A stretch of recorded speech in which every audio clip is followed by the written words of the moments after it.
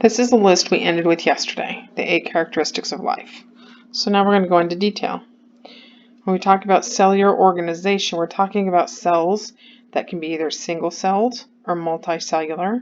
Single-celled means one cell, unicellular. Prokaryotic is another word. The many cells, multicellular, or eukaryotic cells, all mean the same thing.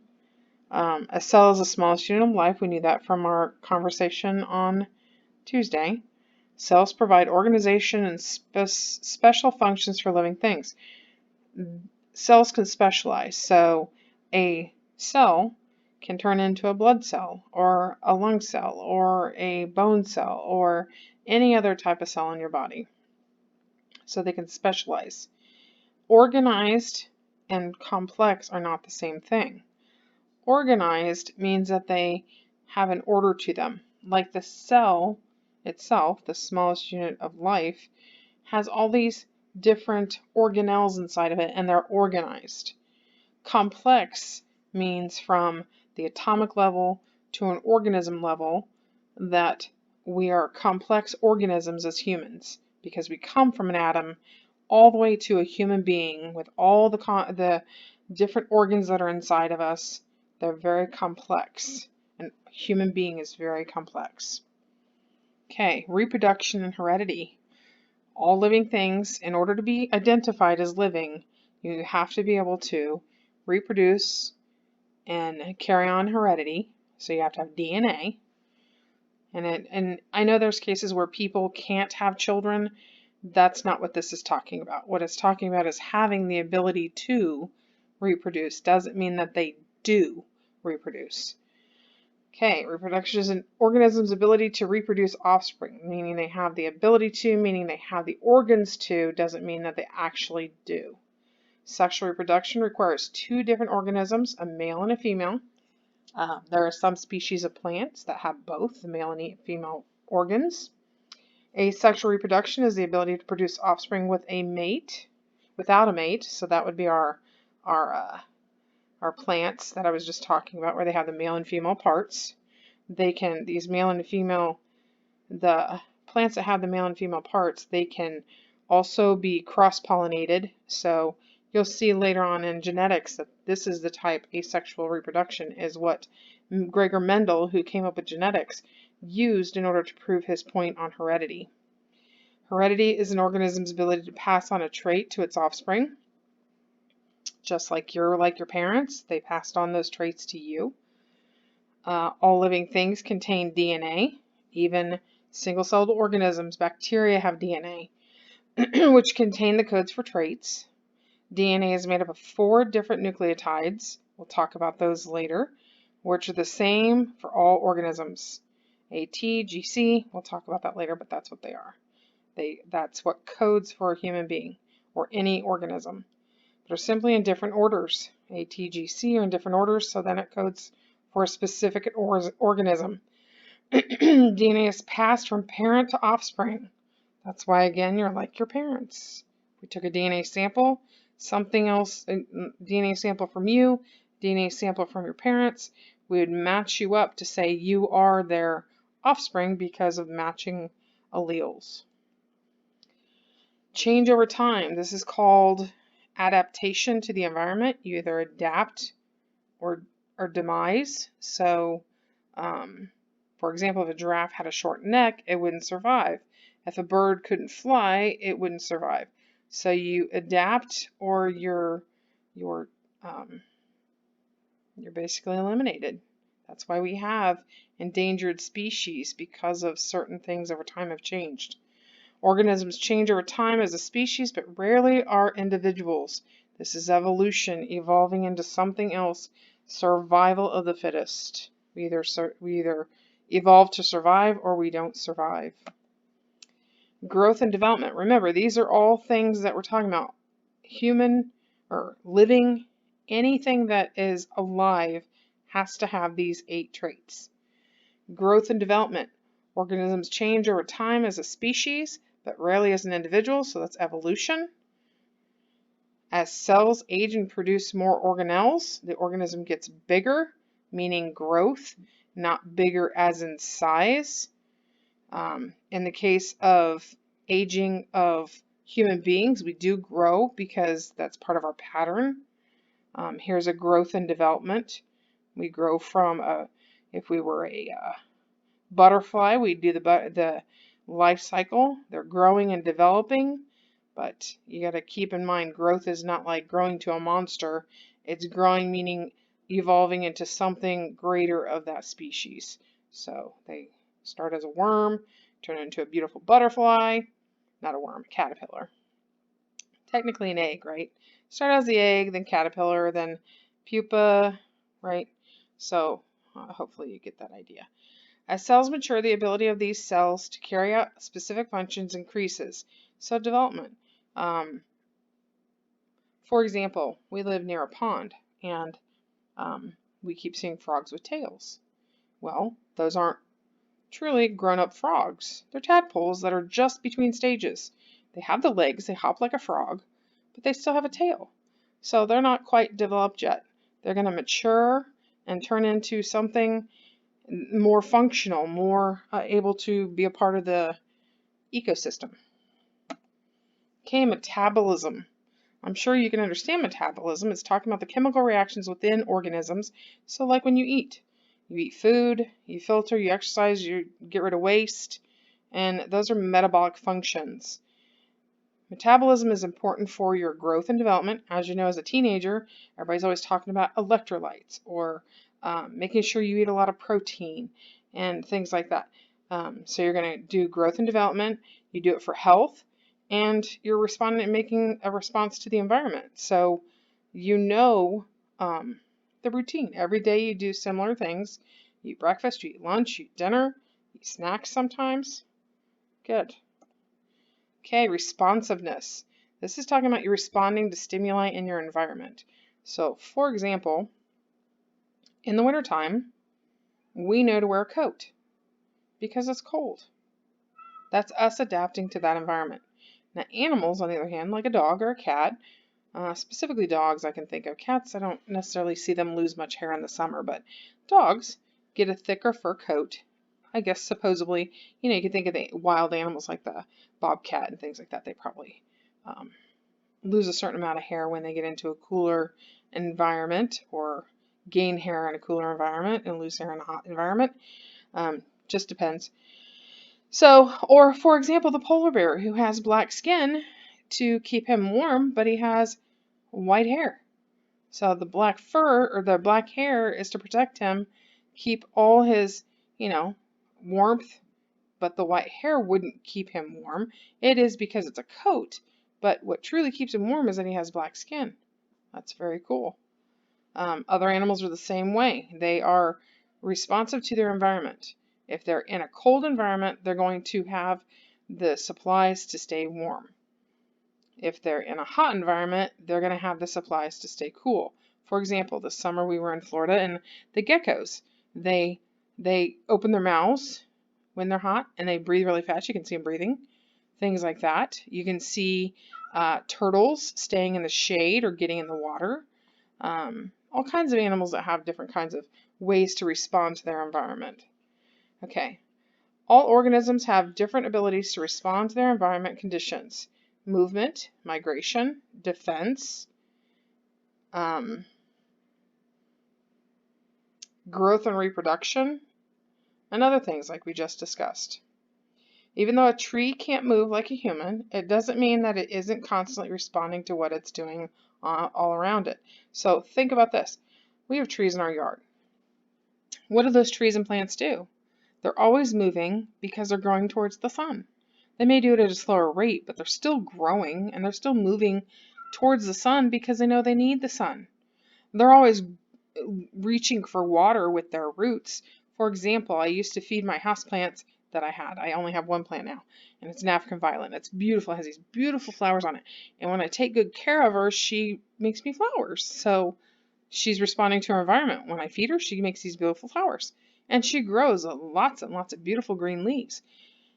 And I was thinking about all the plants I had before that I had to water. And when I wouldn't water them for a long time, I'd give them water and then I'd hear this like a straw because the roots are sucking up the water like a straw.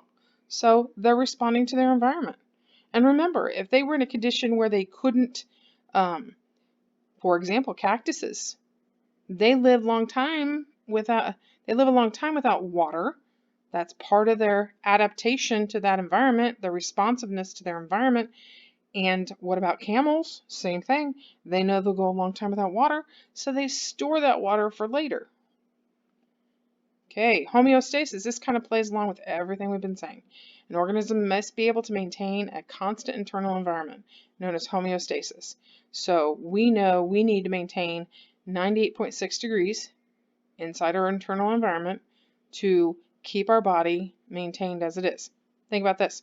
So if I were cold outside, I start to feel that my nose and my toes, all the external, these extremities, my arms and legs, are something I can live without. But what can't I live without? I can't live without my heart. So my heart is going to be the one that's protected the most. My lungs, things like that are going to be protected.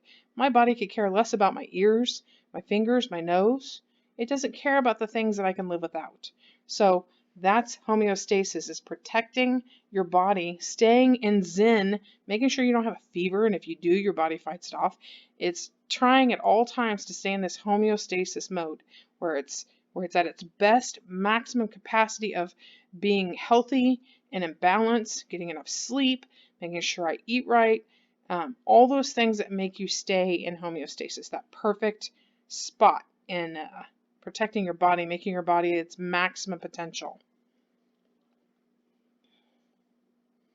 So making sure blood sugar levels are normal, making sure your temperature is normal, getting rid of bacteria and viruses. So that's kind of like having a fever. Sweating helps you with the external environment. If you didn't sweat, you'd die. So, for example, most animals are going to pant to get rid of their heat because they don't have sweat glands, whereas human beings have sweat glands. Why should I care? So, biology is everything around you. You can see all these things happening around you if you watch. You know that your body needs food, water, and oxygen to survive in biology. And most of our planet is made up of water. The air we breathe has oxygen in it. We take that oxygen from the plants, or the plants release it for us to take in, and then we release CO2 for them. We know which foods we should have and to avoid to stay in that homeostasis, making sure that we're all staying in that perfect zen of our body, making sure everything is perfect. We know what happens when we don't. When we don't get enough sleep, we're tired. When we don't eat right, we feel awful. So those are some things. We know that symptoms when you're sick, that biology tells us that we have a fever, we need to rest, we need to drink lots of fluids, maybe eat some chicken soup. Okay, we also know that attraction to members of the same species is biology. So we are attracted to human beings. Each of us attracted to one another, depending on your preference. Whatever makes your heart beat faster, whatever makes you feel all tingly when you meet them. And to each their, everybody has their own. I like tall people for being attracted to them. My husband's 6'8", so that's one quality for me, that I'm attracted to that type of human species, tall. So for example, look at the beautiful birds. Some of the male species of birds are some of the most beautiful things on the planet. I mean, I just marvel at cardinals. They're just gorgeous red males. And the females are just this quiet color for camouflage, of course. And the males are bright red because they have to show off for the ladies. Not, human beings, we show off for the guys, the girls do, and the guys kind of, they sometimes show off, I guess. But yeah, we each have our own attraction to a member of the species, whether it be male or female. Okay, realizing how much your body is changing as you get older and mature in biology. So keep in mind that this is talking about growth. Human beings are going to grow bigger because that's our cycle. When it's talking about cellular growth, it's not talking about the cells growing huge. It's talking about making more and more cells. So make sure you understand that part. I don't want you to get confused.